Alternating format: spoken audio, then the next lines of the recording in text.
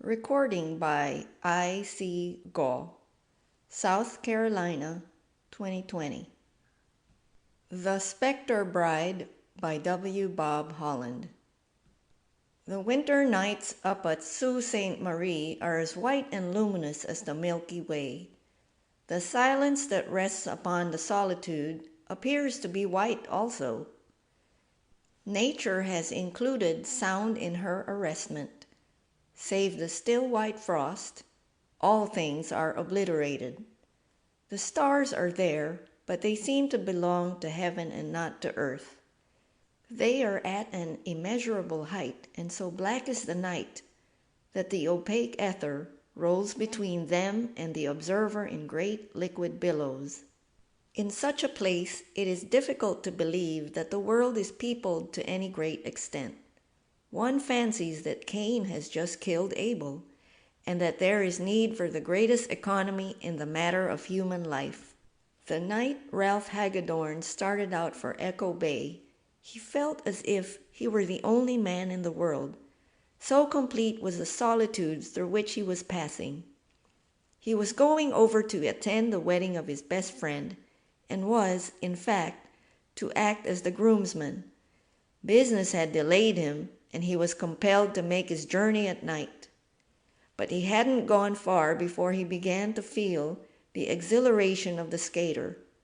His skates were keen, his legs fit for a longer journey than the one he had undertaken, and the tang of the frost was to him what a spur is to a spirited horse.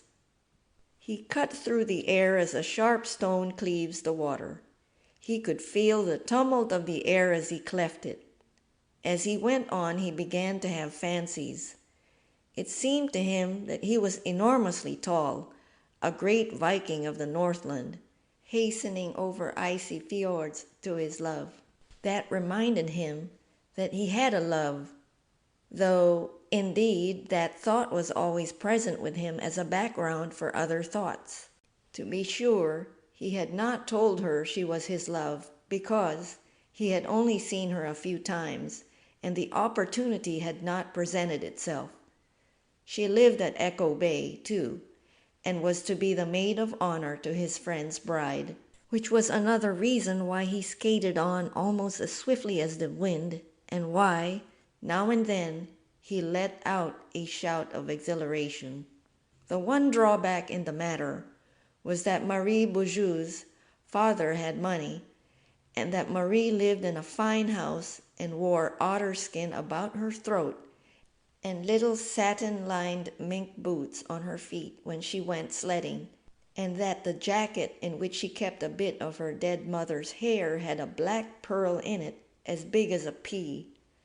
These things made it difficult, nay, impossible, for Ralph Hagadorn to say anything more than, "I love you." But that much he meant to have the satisfaction of saying, no matter what came of it. With this determination growing upon him, he swept along the ice which gleamed under the starlight. Indeed, Venus made a glowing path toward the west and seemed to reassure him.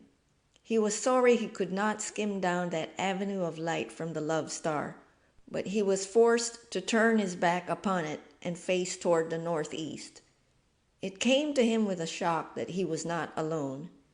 His eyelashes were a good deal frosted, and his eyeballs blurred with the cold, and at first he thought it an illusion, but he rubbed his eyes hard and at length made sure that not very far in front of him was a long white skater in fluttering garments who sped over the snow as fast as ever werewolf went. He called aloud, but there was no answer. And then he gave chase, setting his teeth hard and putting a tension on his firm young muscles. But however fast he might go, the white skater went faster. After a time he became convinced, as he chanced to glance for a second at the North Star, that the white skater was leading him out of his direct path. For a moment he hesitated, wondering if he should not keep to his road, but the strange companion seemed to draw him on irresistibly, and so he followed. Of course it came to him more than once that this might be no earthly guide, Up in those latitudes, men see strange things when the hoarfrost is on the earth. Hagedorn's father, who lived up there with the Lake Superior Indians and worked in the copper mines, had once welcomed a woman at his hut on a bitter night who was gone by morning and who left wolf tracks in the snow. Yes, it was so.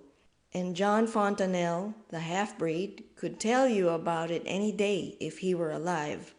Alec, the snow where the wolf tracks were, is melted now. Well, Hagedorn followed the white skater all the night, and when the ice flushed red at dawn and arrows of lovely light shot up into the cold heavens, she was gone, and Hagedorn was at his destination. Then, as he took off his skates, while the sun climbed arrogantly up to his place above all other things, Hagedorn chanced to glance lakeward, and he saw there was a great wind rift in the ice, and that the waves showed blue as sapphires beside the gleaming ice. Had he swept along his intended path, watching the stars to guide him, his glance turned upward, all his body at magnificent momentum, he must certainly have gone into that cold grave. The white skater had been his guardian angel. Much impressed, he went up to his friend's house, expecting to find there the pleasant wedding for Rory. But someone met him quietly at the door, and his friend came downstairs to greet him with a solemn demeanor. "Is this your wedding face?" cried Hagedorn. "Why, really, if this is the way you are affected, the sooner I take warning the better." "There's no wedding today," said his friend. "No wedding? Why, you're not—" "Marie Beaujeu died last night. Marie died last night. She had been skating in the afternoon, and she came home chilled and wandering in her mind, as if the frost had got in it somehow. She got worse and worse and talked all the time of you." "Of me?" "We wondered what it all meant. We didn't know you were lovers." "I didn't know it myself. More's the pity." "She said you were on the ice. She said you didn't know about the big breaking up, and she cried to us that the wind was offshore. Then she cried that you could come in by the old French creek if you only knew." "I came in that way," interrupted Hagedorn. "How did you come to do that? It's out of your way." So Hagedorn told him how it came to pass. And that day they watched beside the maiden, who had tapers at her head and feet, and over in the little church the bride, who might have been at her wedding, said prayers for her friend. Then they buried her in her bridesmaid's white, and Hagedorn was there before the altar with her, as he intended from the first. At midnight, the day of the burial, her friends were married in the gloom of the cold church, and they walked together through the snow to lay their bridal wreaths on her grave. 3 nights later, Hagedorn started back again to his home. They wanted him to go by sunlight, but he had his way and went when Venus made her bright path on the ice. He hoped for the companionship of the white skater, but he did not have it. His only companion was the wind. The only voice he heard was the baying of a wolf on the north shore.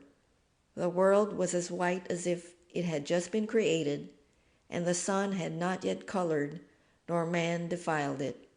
End of The Spectre Bride.